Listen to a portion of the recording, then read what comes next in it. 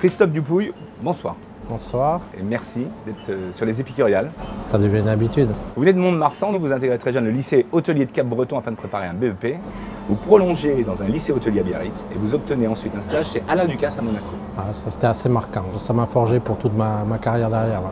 Vous travaillez là alors pour des grands restaurants, on va les citer, Villa des Lys, Hôtel Majestic à Cannes, Michel Sarana à Toulouse, Ruffet à Jurançon avec Stéphane Carrade. 2005, vous reprenez le restaurant Les Clés d'Argent, donc là où vous êtes actuellement, avec votre épouse. Tout à fait, oui. Et puis en 2009, vous obtenez votre première étoile au Guide Michelin. Oui, ça c'est vrai, oui. C'était un peu l'objectif de départ et c'est vrai que c'était une consécration et maintenant ça perdure et on travaille toujours pour la garder. Et ce soir, vous êtes aux étoiles d'Épicure justement et on va parler bien, de votre repas. Vous travaillez à quatre mains avec Michel Husseau d'Agen, que j'ai côtoyé chez Ducasse et c'est vrai qu'on est toujours resté en contact. Ouais. Et donc quand ils m'ont proposé de faire une battle avec quelqu'un, je voyais que lui, voilà, c'était évident. Donc qu'est-ce que vous allez nous faire? On va commencer par une huître du bassin d'Arcachon qu'on va travailler en vinaigrette pour matcher avec du piquillos, un peu, voilà, des épices un peu asiatiques avec sauce soja, sauce huître. Voilà. Et après, pour contrebalancer, amener un coup de terreux, on va amener donc, de l'arcolonata et un petit ketchup de betterave. Ouais. Et quelques grains de caviar d'Aquitaine pour l'assaisonnement. Ensuite, on va partir sur un foie des Landes. Ouais. Donc voilà, pour la tradition et puis pour nos producteurs qui souffrent en ce moment. Ouais. Donc on va le servir avec une compote de Granny Smith pour amener l'acidité. Mais le foie, particularité, on va le tremper dans un verjus au sirop d'érable et un petit carpaccio de champignons. Et après, on va partir sur une truite. Elle sera mi-cuite par une marinade sucre-sel.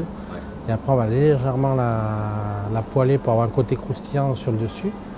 Et après, on va l'accompagner avec le piment doux, donc de l'Adour, toujours produit de chez nous, là, et le maïs en popcorn et en polenta fraîche. Et là, la canette, alors, on est parti sur l'Afrique pour l'origine de mon épouse, du Bénin, avec une marinade comme ça qu'ils font là-bas et on va la griller. Et un petit bouillon citronnelle. D'accord. Donc on est dans un peu un mélange des cultures. Des cultures, c'est ça que vous aimez. Tout à fait. Ouais. Et pour finir, on va finir sur la cerise.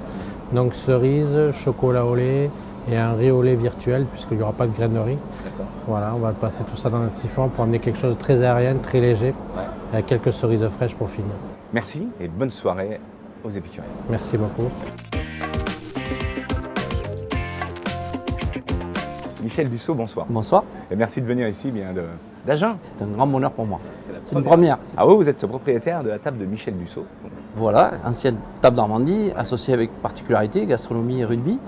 Et depuis cette année, donc j'ai décidé de un petit peu m'écarter, non pas du milieu du rugby, mais de m'écarter et refaire un petit peu ce qui était l'image que j'avais de la gastronomie à ma façon, avec beaucoup de convivialité.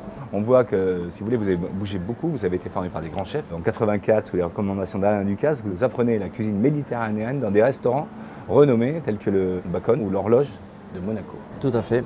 Et pour finir, donc chez le grand maître. Et j'ai fait partie de la brigade qui a eu 3 étoiles Michelin en 1990. Ça fait partie des très belles choses. Et petite anecdote, c'était le jour de mon mariage qui a eu la 3e étoile Michelin. Donc ça a été un des grands souvenirs. Si on doit en donner un, je pense que c'est celui-ci.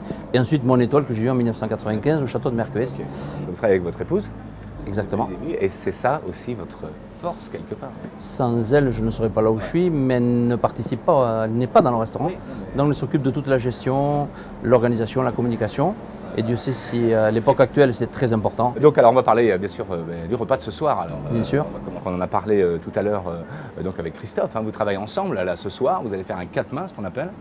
Nous avons 2 points communs. Nous sommes tous les 2 landais, nous avons tous les 2 travaillé chez Alain Ducasse. Voilà. Quand on lui a demandé de choisir un partenaire, il m'a élégamment choisi. Je trouve ça remarquable qu'on se retrouve ici. La complémentarité, c'est quoi? Ma particularité de cuisine, c'est du local, du local. Depuis 20 ans, ce que je dis toujours, il y a 20 ans, c'était ringard. Il y a 10 ans, on commençait à s'intéresser, puis maintenant, on est dans l'actualité. On va transporter un peu de Lot-et-Garonne ce soir à Bordeaux, donc dans tous les plats. Il y a toujours un petit clin d'œil. Le premier plat, l'huître, bien sûr du bassin, mais avec des lentilles bio. De mon pays qui est à Pujol, juste à côté d'Agen, agrémenté d'un pesto de cresson.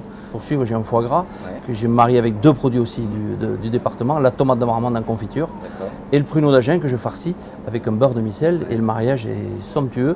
Petit clin d'œil à ma maman puisqu'elle le servait comme ça, le foie gras avec le pruneau. Voilà, ensuite de la truite bio que l'on va agrémenter avec des toutes petites girolles et des noisettes aussi, tout ça vient d'Agen. Et ensuite donc la canette que je travaille de façon différente, la poitrine que l'on va cuire rosée et la cuisse qu'on a plus ou moins cuite confite et qu'on va faire en forme de chromeski frit. Et dessous on va faire un petit clin d'œil à la saison et puis vu le temps, hein, du petit pois et des légumes.